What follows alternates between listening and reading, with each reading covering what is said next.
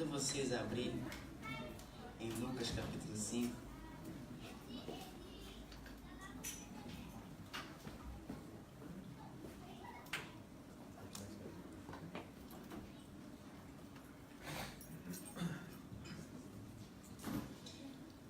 Verso 33 ao 39. 33 ao 39. Lucas 5. Todos acharam? Amém. Diz assim o texto. E eles lhe disseram: os discípulos de João jejuam e oram frequentemente, bem como os discípulos dos fariseus. Mas os teus vivem comendo e bebendo. Jesus respondeu: podem vocês fazer os convidados do noivo jejuar enquanto o noivo está com eles? Mas virão dias quando o noivo lhes será tirado. Naqueles dias jejuarão. Então lhes contou esta parábola. Ninguém tira um remendo de roupa nova e a costura em roupa velha. Se o fizer, estragará a roupa nova, além do que o remendo da nova não se ajustará à velha.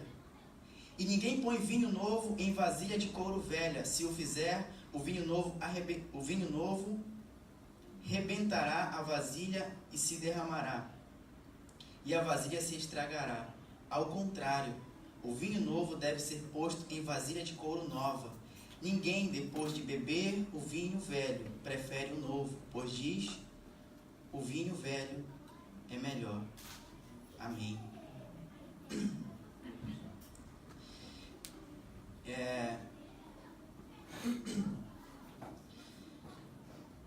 Às vezes assim eu fico pensando a respeito daquilo que realmente Deus ele tem para fazer na nossa vida, como pessoas, como filhos. E eu percebo que essa não é uma questão que ela incomoda somente a mim. Eu percebo que isso é algo que incomoda muitas pessoas. Essa é uma pergunta que ela queima aqui dentro de nós. Quem realmente eu sou? O que eu nasci para ser? Por que eu faço parte daquilo que nós chamamos como igreja? Um dos maiores questionamentos dos filhos hoje é: qual que é o meu chamado? Qual que é a minha vocação? Qual que é a minha função? Para que Deus me designou? Qual que é o meu lugar no reino? Eu observo que esse tipo de pensamento, esse tipo de pergunta, ele... O inimigo tá ligando para mim aqui, só pode. É ele mesmo. Peraí, olha aqui. Tá, tirando minha concentração. Não tô entendendo o que eu tava falando. Essa é uma questão que fica no nosso coração sempre. Quem sou eu? E nessa intenção de querer descobrir quem nós somos, a gente fica muito vulnerável a tudo aquilo que as pessoas falam a nosso respeito. É certo sim você acreditar e confiar em homens que são de Deus, pessoas que estão aos seus cuidados, cuidando de você. Porque pessoas que andam ao seu lado, pessoas que te observam, sabem quem você é, ela conhece aquilo que realmente é um fruto do reino, ou então uma habilidade do Espírito. Então existem pessoas realmente que conseguem te direcionar e te dar destino. Mas infelizmente hoje em dia, o que a gente vê não são pessoas que estão dando destino para as outras. A gente observa que hoje as pessoas só querem colocar você para funcionar dentro de um sistema religioso. E a gente, por ser vulnerável, por não entender quem nós somos e não conhecer o nosso chamado, eu acabo me submetendo a isso. Eu acabo achando que a minha vida espiritual com Deus, ela deve funcionar dentro de um sistema religioso. Que eu só sou alguém se eu fizer algo da religião. Se eu só consigo ser algo, eu só consigo me sentir um filho de Deus se eu estiver exercendo alguma função religiosa dentro do sistema a qual eu faço parte. Mas não é essa a vontade de Deus para mim e para a tua vida. Eu não estou dizendo também que isso não faz parte da nossa missão. A gente vai servir para algumas coisas, mas isso não quer dizer que eu vou ser aquilo. Você vai aprender a fazer várias coisas, mas não quer dizer que você é aquilo. O que eu observo muito hoje? Pessoas que sabem fazer muito, mas não sabem quem que é. Você coloca ela para funcionar em qualquer lugar, ela funciona em qualquer lugar. Mas ela, no final de tudo, ela tem uma crise existencial. Ela não sabe quem é. Acaba frustrada. Por que isso, gente? Porque às vezes a gente se esforça não para dar destino para as pessoas. A gente se esforça para fazer ela funcionar dentro daquele sistema que eu estou sustentando. Isso não é igreja. Isso não é igreja.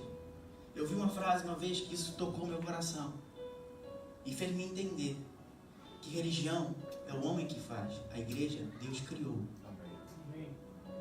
A religião nós fazemos isso e a gente é responsável por manter ela, mas a igreja quem cuida e quem criou é o próprio Pai. A minha função hoje não é me esforçar para ensinar você a funcionar dentro da minha religião. O meu esforço, eu teria que me desgastar para ensinar você a viver a vontade do Pai, dentro daquilo que é o plano eterno dele, dentro daquilo que é a vontade eterna dele.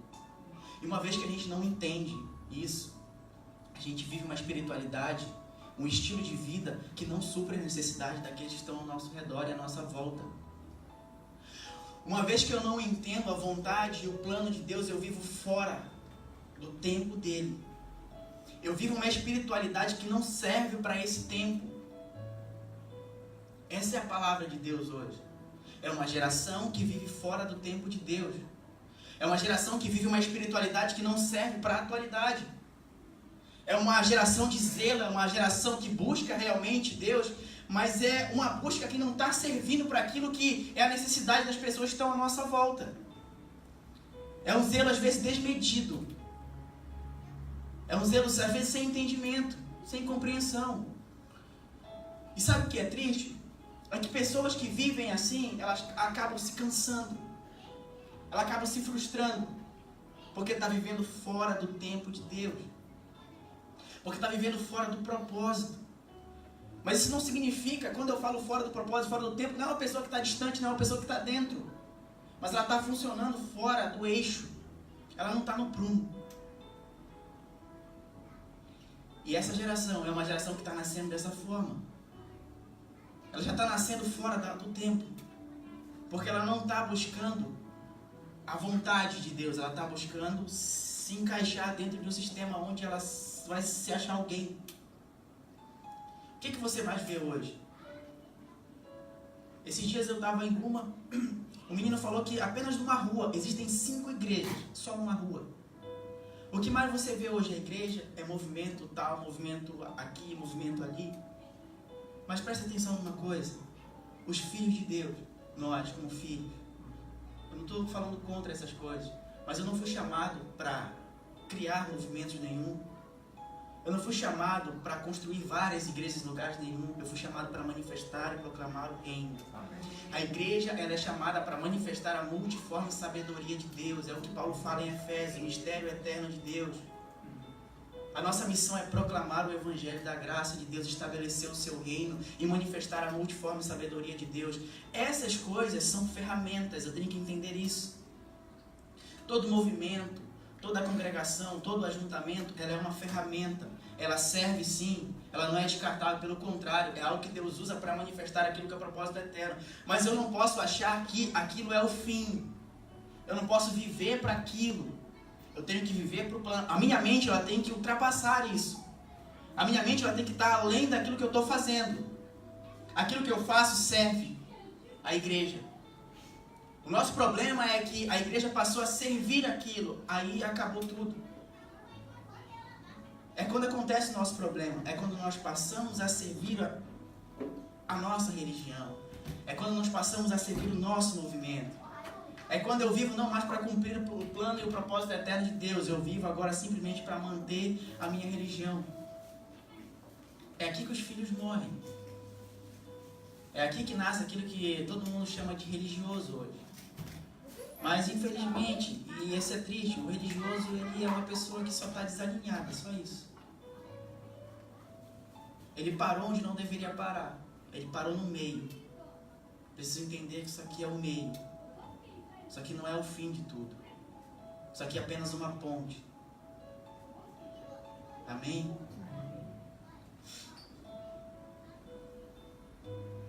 Algumas pessoas vão questionar Jesus a respeito do jejum.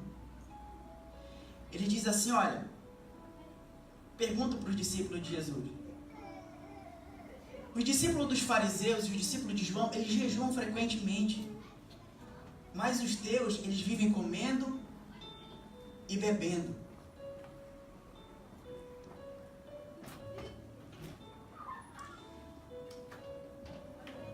Jesus ele veio de uma forma, sabe, de forma muito nova para aquelas pessoas.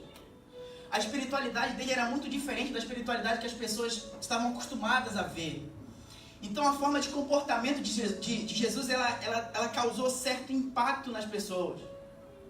Aquilo para eles era muito novo. Aquilo para eles era muito diferente daquilo que eles viviam. E tudo aquilo que não estava dentro daquela caixinha, tudo aquilo que não estava dentro daquilo que eles achavam como espiritualidade, eles achavam que não era de Deus. Porque eles olhavam assim e não achavam certo. Eles, como as pessoas da religião, jejuarem frequentemente e orarem frequentemente. E Jesus, como muitos já falavam que ele era o Cristo, que ele era o Salvador, não jejuar e não orar, ou seja, não está dentro daquele movimento deles. Uma coisa muito importante, isso é de extrema importância. Infelizmente, pessoas hoje vivem uma espiritualidade egocêntrica, uma espiritualidade que é para si, uma espiritualidade que é para o bem e para o benefício próprio. Porque os fariseus e os escribas e os mestres da lei, como o próprio Jesus o acusa, ele disse que a espiritualidade de vocês, o jejum de vocês é para se exibir, é para apresentar para as outras pessoas. A intenção de vocês é se aparecer para os outros. Mas olha só, Jesus diz assim, a minha espiritualidade não é para se apresentar para os outros, a minha espiritualidade não é egocêntrica, a minha espiritualidade é para o outro. A minha espiritualidade, a espiritualidade que eu vivo não é uma espiritualidade que diz a respeito de mim. É o estilo de vida que diz respeito ao próximo.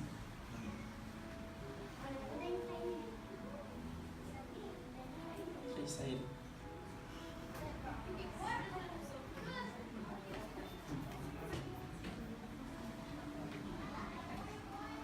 Amém?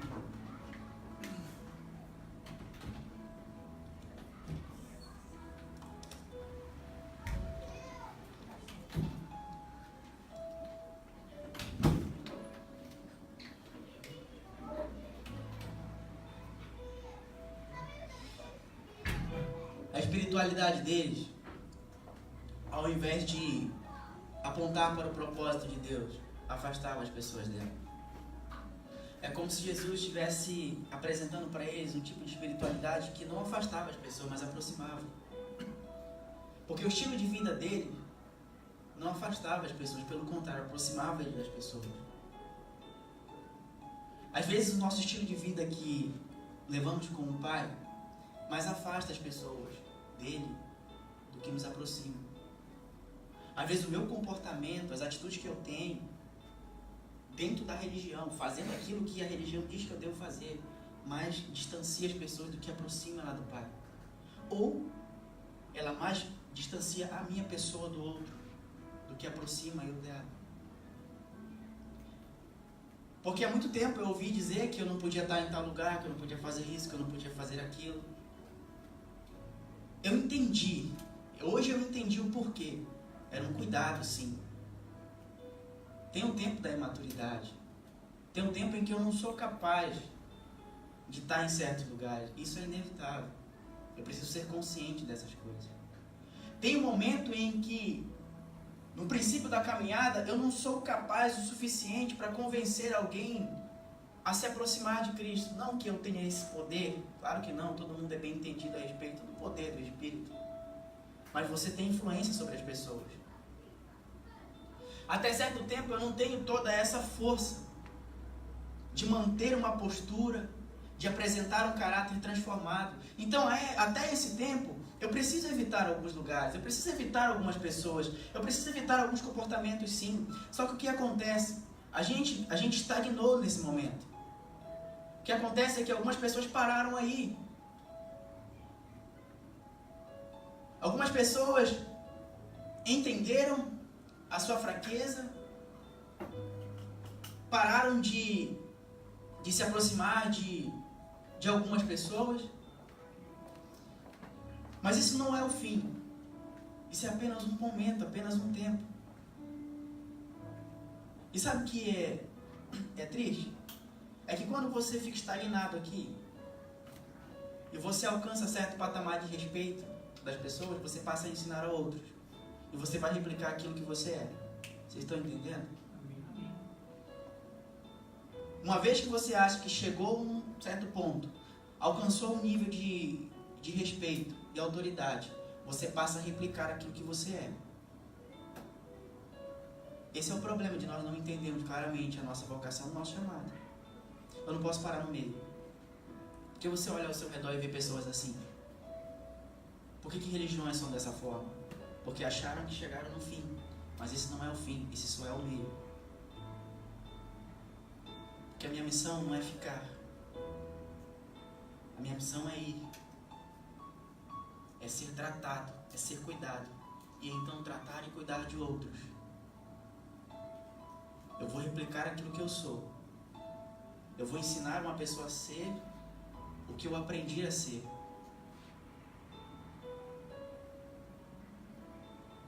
Os fariseus e os mestres da lei viviam uma religiosidade egocêntrica para eles. E Jesus vivia uma espiritualidade para o outro. E esse tipo de espiritualidade, esse tipo de vida com Deus, ela não serve para esse tempo. A gente precisa entender isso. Eu tenho que levar um estilo de vida com Deus que realmente vai suprir aquilo que é o chamado de Deus, aquilo que é a vontade de Deus para esse tempo. Porque às vezes eu vivo um estilo de vida que não está, não está servindo para nada e para ninguém. Ela só edifica a minha vida. Ela me coloca dentro de uma bolha. Ela serve para o meu eu. Ela alimenta o meu ego. Eu estou bem com Deus. Eu faço isso, eu faço aquilo. Eu estou obedecendo todas as regras da minha religião. Eu não corrompo, eu não estou corrompido em nenhuma. Eu não estou deixando de cumprir nenhuma. Isso serve para o nosso ego, isso serve para o nosso bem. A minha religiosidade me alimenta, mas não alimenta o outro. Ela supre a minha necessidade, mas não supre a necessidade do outro. Ela resolve o meu problema, mas não resolve o problema do outro. Ela está sanando, ela está saciando a minha fome e a minha sede, mas não está matando a sede nem a fome de ninguém. Ela está me fazendo feliz, mas não traz alegria e felicidade para a vida de ninguém. Ela me traz prazer, mas eu não sou aprazível para ninguém. Uma espiritualidade fora do centro, fora do eixo da vontade de Deus. É uma espiritualidade desalinhada. Vocês jejuam e oram para vocês. Vocês leem a Bíblia para edificação própria. Mas isso não flui, mas isso não sai, mas isso não se expande para o outro. Vocês estão entendendo? Uma espiritualidade que não serve para esse tempo. Um estilo de vida que não serve para esse tempo. Não tem a ver necessariamente com aquilo que eu vou receber. Tem a ver com o que eu vou entregar a partir de agora.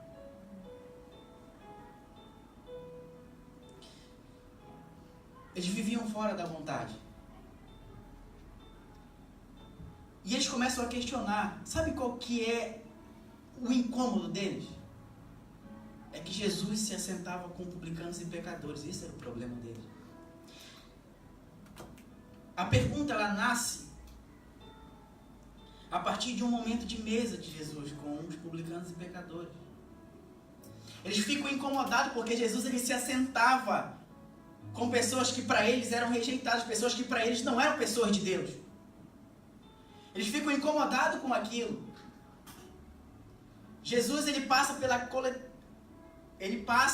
e encontra Levi sentado na coletoria e chama Levi para seguir ele. E então Levi faz um banquete em sua casa. E naquele lugar havia pecadores, diz o texto.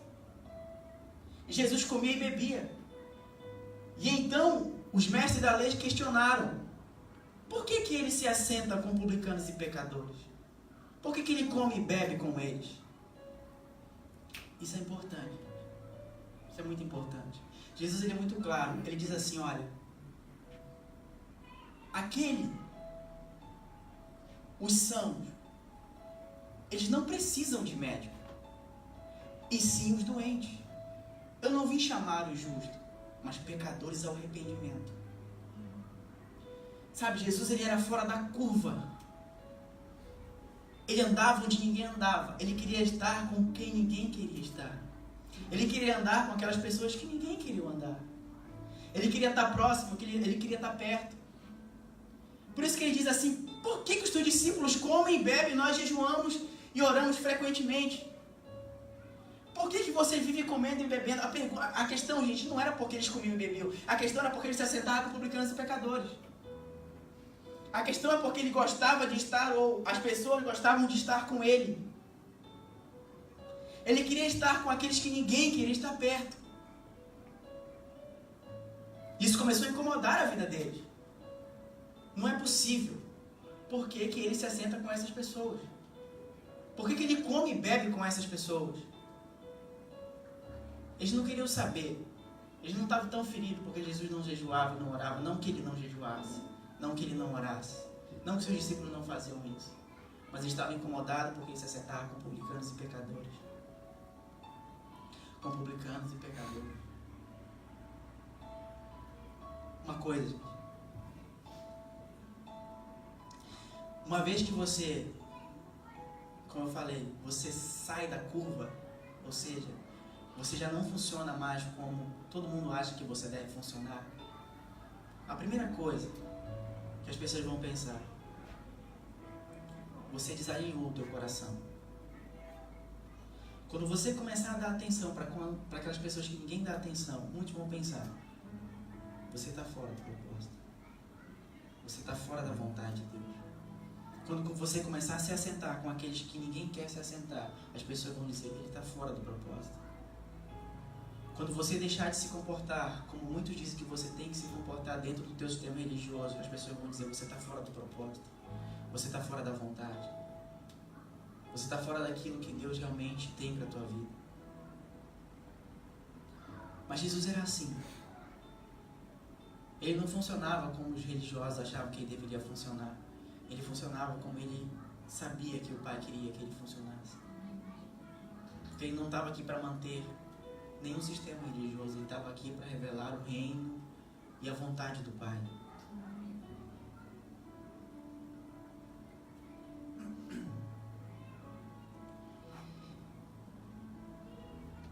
O texto diz que Jesus conta uma parábola.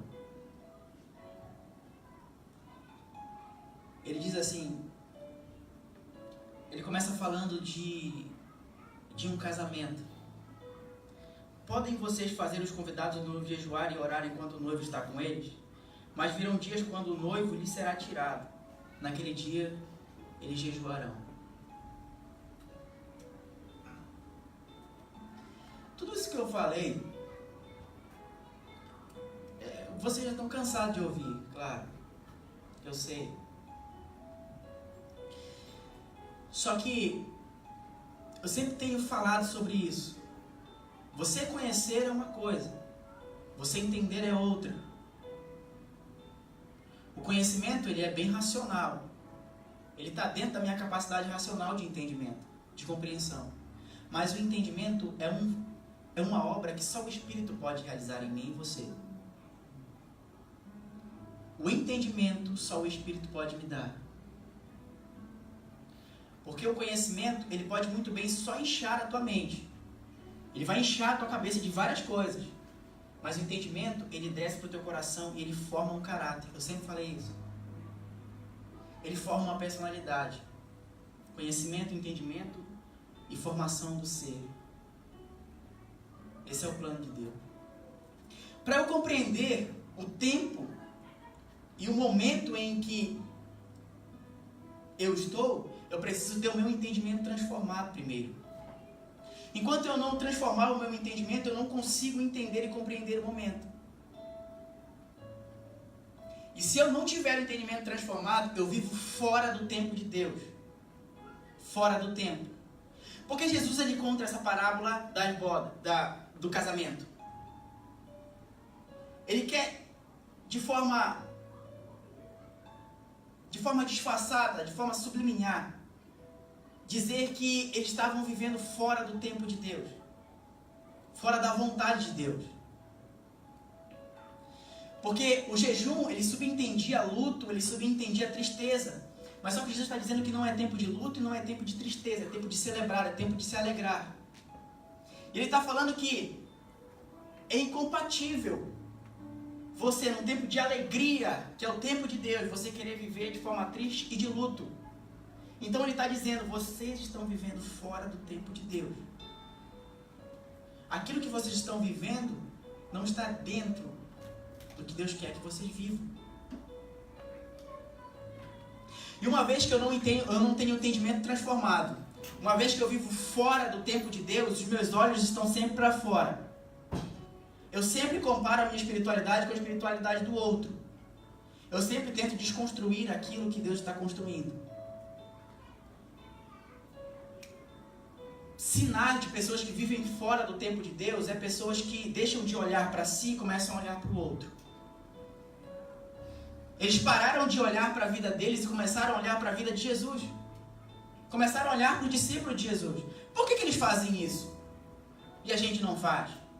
Gente, se tem um dos sinais hoje de pessoas que vivem fora do tempo de Deus, é pessoas que têm um olhar virado para fora. Pessoas que não sabem olhar para dentro. Porque a gente fica muito preocupado com a vida espiritual do outro. Eu estou me preocupando tanto porque o cara não está fazendo aquilo que eu estou fazendo, que eu acabo estagnando. Por que ele não se comporta como eu me comporto? Por que ele não tem o mesmo estilo de vida que o meu? Por que eles não fazem as coisas que a gente faz? Isso são sinais de pessoas que vivem fora do tempo de Deus.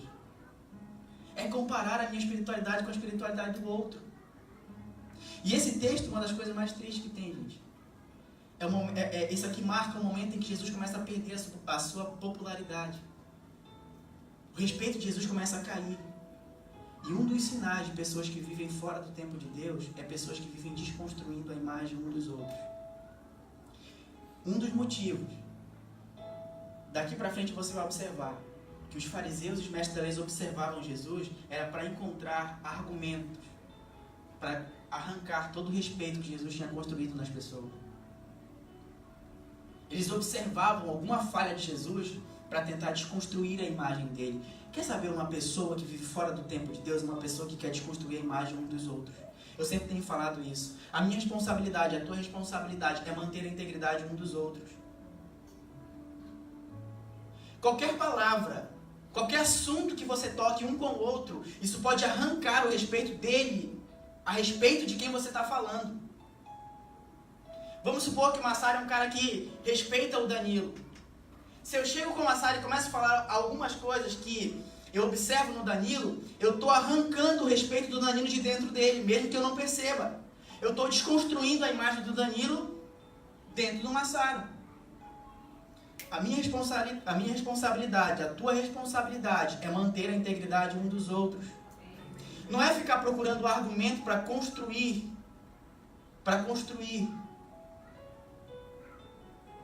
algo que vai desconstruir a imagem dele nas pessoas. Cuidado com aquilo que a gente fala. Cuidado com aquilo que a gente fala. A gente sabe muito bem que a língua, ela é como um fogo. Ela é como uma fagulha lançada e ela pode incendiar todo o curso de uma vida. E era o que eles faziam, gente. Eles procuravam argumentos em Jesus para tentar desconstruir o respeito e a popularidade dele. E realmente eles conseguiram. A popularidade de Jesus ela foi caindo, até que no final eles conseguiram o que queriam, entre aspas. O que eles não sabiam é que eles estavam cooperando para o propósito eterno de Deus. Amém?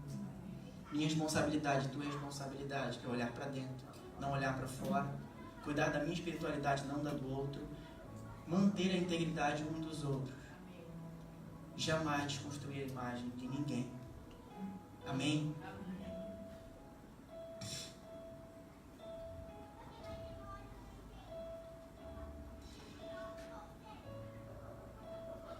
Eu acho muito...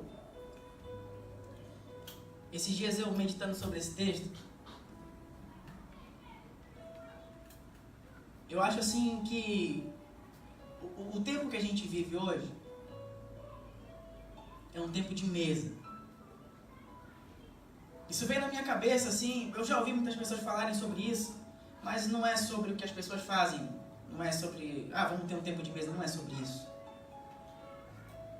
É um tempo de mesa como os tempos de Jesus.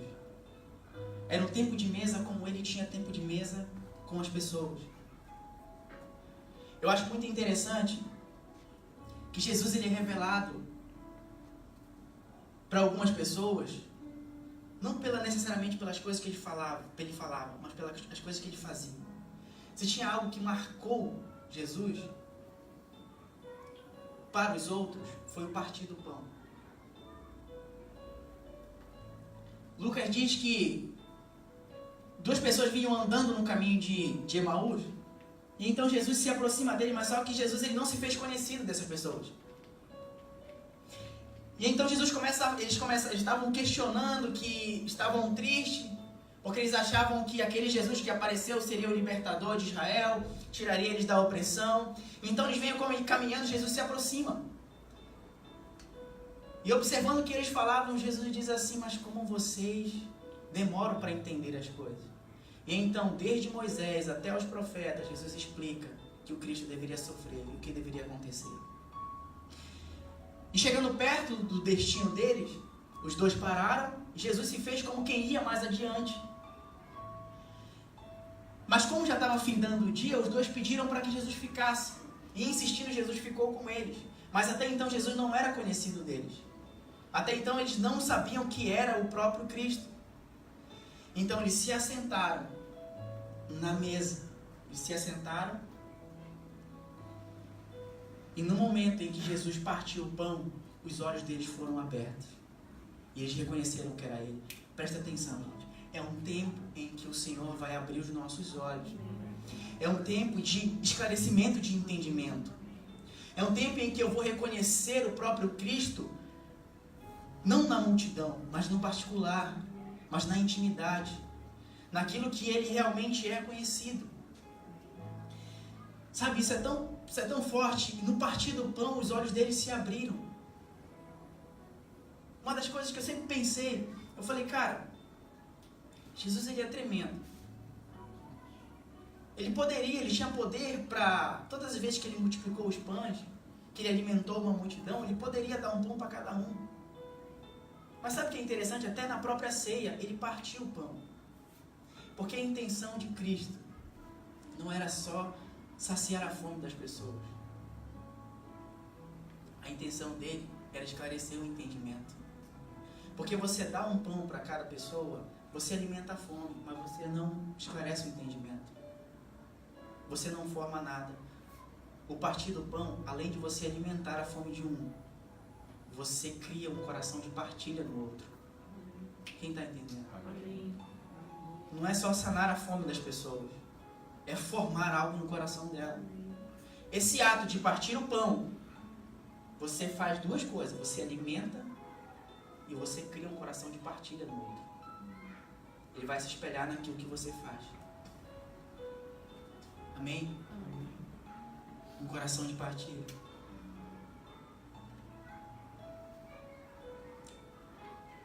Tem um texto de Lucas também que diz que Jesus, ele estava numa casa antes desse texto. E algumas pessoas trouxeram um aleijado em uma maca, mas eles não puderam entrar na casa. Como eles não podiam entrar na casa, eles colocaram ele pelo telhado. Baixaram até Jesus. Jesus, olhando e vendo a fé deles, ele diz assim, olha, os teus pecados são perdoados.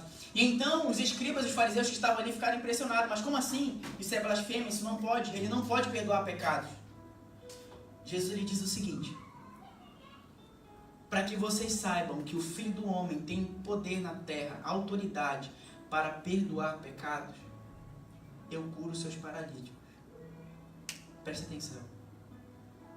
A intenção dele não era só curar a enfermidade. Era revelar a vontade de Deus. Por que eu estou falando isso? Porque esse tempo agora é um tempo em que eu tenho que trabalhar dentro da medida de Deus. Por muito tempo a gente trabalhou fora do tempo e fora da medida. Ou seja, eu estava dando aquilo que é só o meio.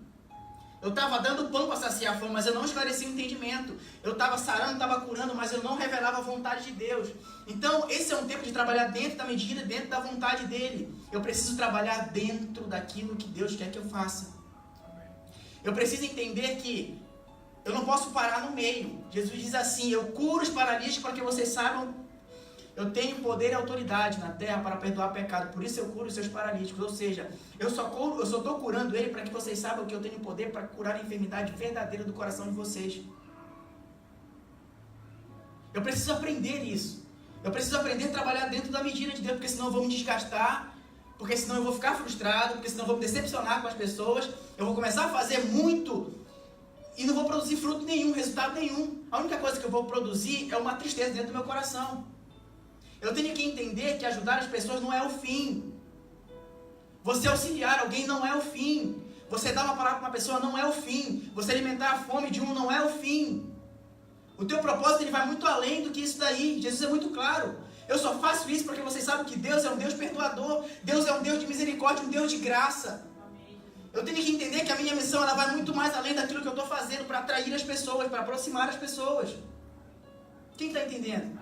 Trabalhar dentro da medida dele. Eu não posso fazer parte dessa geração que está vivendo fora do tempo dele. É uma geração cansada, uma geração triste, decepcionada, porque está vivendo fora da vontade dele.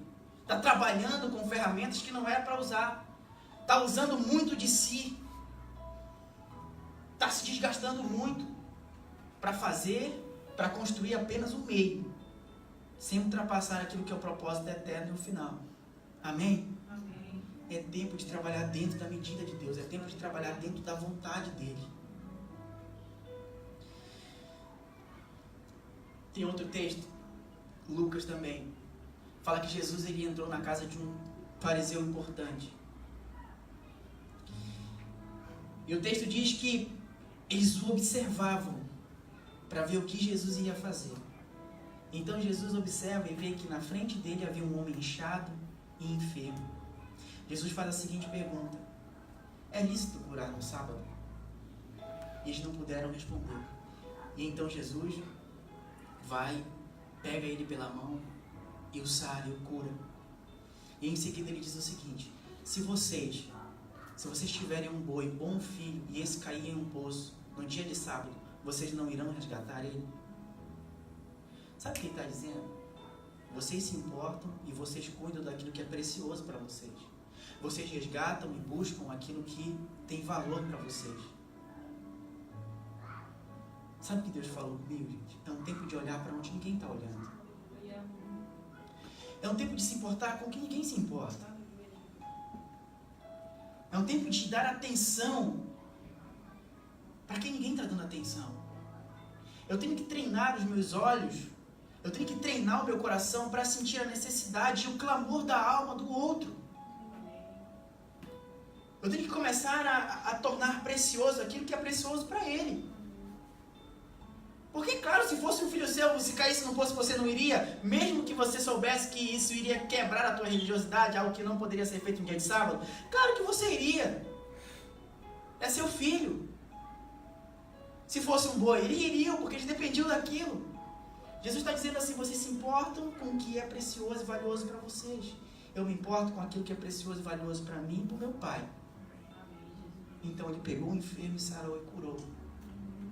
É tempo de olhar para onde ninguém está olhando e se importar e considerar precioso aquilo que é precioso para ele, não só para mim. Amém? Amém.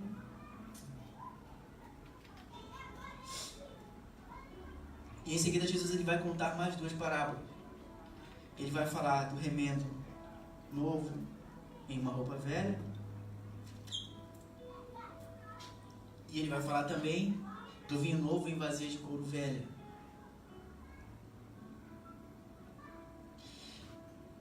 Isso é importante.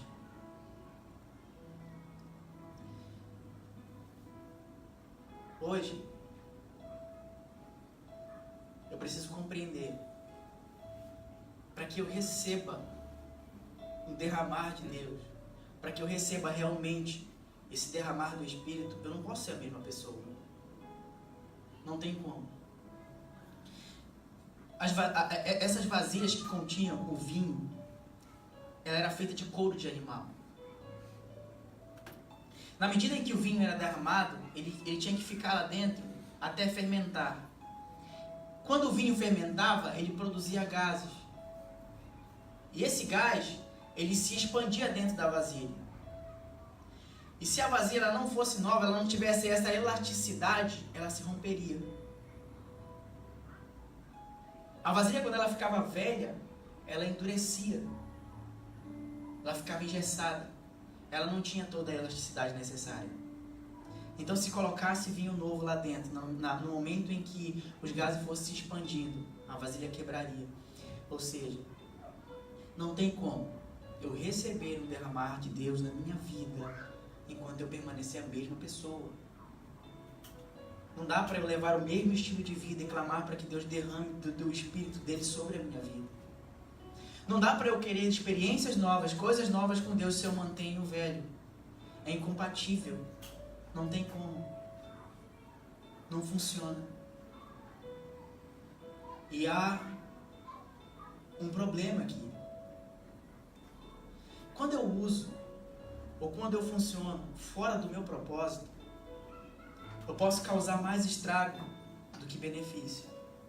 Ele diz que se você pega um remendo de roupa nova e costura em roupa velha, você estragará a roupa nova e arrebentará a roupa velha. Você causa dois estragos. Uma vez que eu estou funcionando fora do propósito, fora do meu chamado, eu causo mais mal do que bem. Quando eu coloco uma ferramenta para ser usada fora de propósito, eu vou frustrar a pessoa, eu vou decepcionar a pessoa, eu vou entristecer a pessoa. Às vezes a nossa frustração, gente, não é com Deus. É porque eu simplesmente não entendi quem eu sou. Às vezes a nossa frustração é comigo mesmo. Porque eu estou funcionando onde eu não fui chamado para funcionar. Às vezes a decepção da minha vida, aquilo que está entristecendo meu coração, não é devido àquilo que Deus colocou sobre mim. É devido àquilo que eu acho que eu devo fazer.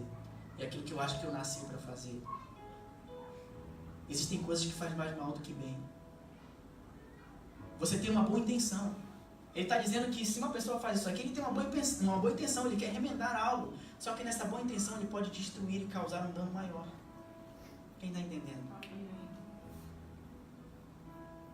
Eu preciso ser cuidadoso. Muito cuidadoso.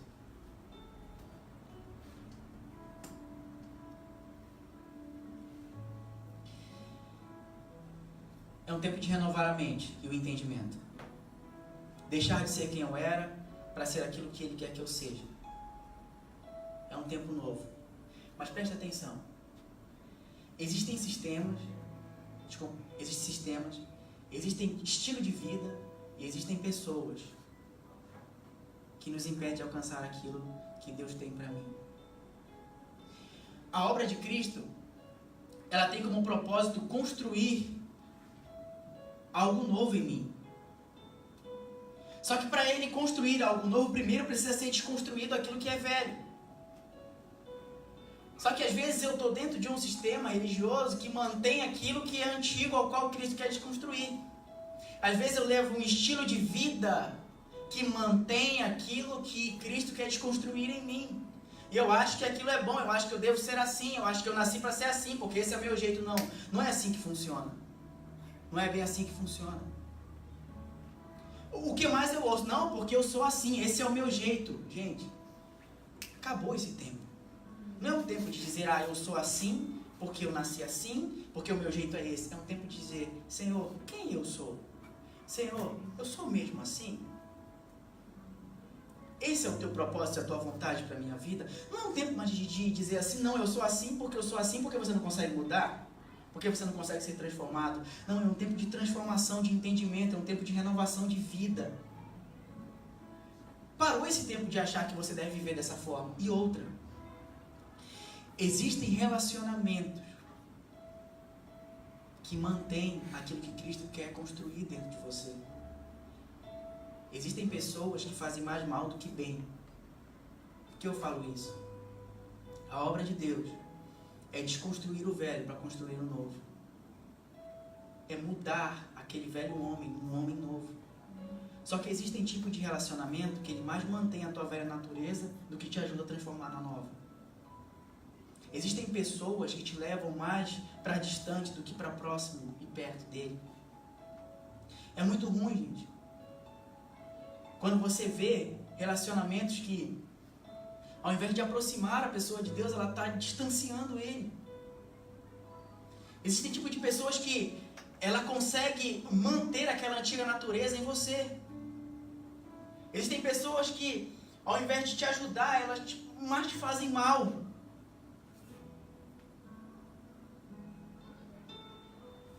É um tempo de tomar decisões, gente. É um tempo de tomar decisões. Assim como existem pessoas que fazem mais mal do que bem, eu posso ser uma pessoa que faz mais mal do que bem também. Eu posso estar impedindo o propósito de Deus na vida do outro. Eu posso estar impedindo que o outro alcance um nível de intimidade mais intenso com Ele. Pelas coisas que eu faço, pelas coisas que eu incentivo elas a fazer. É um tempo de fidelidade, não de lealdade. É um tempo que eu preciso ser fiel àquele que anda comigo e não leal àquele que anda comigo. A lealdade faz com que o outro faça aquilo que eu faço. A lealdade, ela é flexível à vontade do outro. Ou seja, Danilo chega comigo, vamos assaltar um banco. Depois ele chega comigo no mesmo tempo e diz assim, pô, cara, a gente precisa evangelizar ali, velho. A gente precisa ganhar Mitsukai para Jesus, hein? Tamo junto, Danilo, vamos lá. Danilo chega comigo, tem um cara que tá me tirando ali, vamos lá. Na hora, vamos. Tem um cara ali que tá com problema no relacionamento, vamos lá ajudar ele, vamos, Danilo, vamos lá. Isso é um acordo de lealdade. Quem tá entendendo? Amém. Um acordo de lealdade. Eu sou leal àquilo que ele faz. Mas agora um acordo fiel é completamente diferente. O momento em que ele quiser desalinhar, eu sou o prumo dele. Pô, eu tô pensando em trair minha esposa. Não, Danilo, você não pode. Pô, eu tô precisando voltar a dar uns tiros. Não, Danilo, você não pode. Não dá nada, vamos lá. Também tô afim. Leal. Mas eu não posso ser leal. Eu preciso ser fiel a ele. Não, você não pode. Porque a minha responsabilidade é fazer o bem e não o mal. A minha responsabilidade é saber que Cristo está desconstruindo a velha natureza para formar a nova. Entendeu? Um acordo fiel, ele desconstrói. O acordo leal, ele mantém. Se o cara era um cara mentiroso, se o cara era um cara enganador, claro que eu não vou ser fiel à mentira dele nem ao engano dele. Eu não vou ser leal ao engano e à mentira, porque eu sei que Cristo é algo que Cristo quer desconstruir na vida dele. Então eu não vou manter isso. Eu preciso ser fiel para que seja desconstruído. Amém? Um acordo de fidelidade e não de lealdade. Só assim eu vou conseguir deixar o velho, formar o novo e então experimentar o derramar do Espírito na minha vida e na tua vida. Vamos fazer um acordo de fidelidade uns com os outros. Se eu sei que aquilo que você está fazendo não vai produzir algo bom, eu não vou permitir você fazer. Ah não, porque é um tempo de fazer. Não, deixa a menina ser feliz, deixa o menino ser feliz. Parou com esse negócio, gente. Ou a gente se alinha no tempo de Deus, ou a gente vive do jeito que está. Ou a gente fica insistindo para que ele derrame na vasilha velha, ou eu me transformo numa vasilha nova e peço, Senhor, por misericórdia, derrama o teu Espírito sobre a tua igreja, derrama o teu Espírito sobre a minha vida. É um tempo de escolher, gente. Ou você vive para a tua vontade, ou você vive para a vontade dele. Ou nós vivemos para transformar a nossa vida segundo a vontade dele, ou eu vivo para satisfazer os meus prazeres. Eu vivo como vasilha velha, ou eu vivo como vasilha nova. É um tempo de escolher, gente. Acabou esse negócio. Eu sou assim, eu gosto de fazer isso, eu gosto de fazer aquilo. É um tempo de derramar do Espírito sobre a minha vida e sobre a tua vida. Mas isso é possível se eu renovar o meu entendimento. Isso é possível se eu entender que esse tempo é um tempo de uma nova espiritualidade com Ele. São níveis mais elevados com Ele. Você acha que está bom do jeito que está? Seja sincero. Você acha que a nossa vida está bom do jeito que está com Ele? A minha não está boa. A minha espiritualidade com Ele não está boa. Minha vasilha está um pouco velhinha, eu acho, assim, sabe? Eu preciso permitir que Ele quebre e faça uma nova. E assim Ele derrame sobre a minha vida um novo vinho. Porque eu quero algo novo com Ele. Amém? É tempo de entrar no tempo dele. É tempo de viver a vontade dele. Amém? Convido vocês a ficar de pé.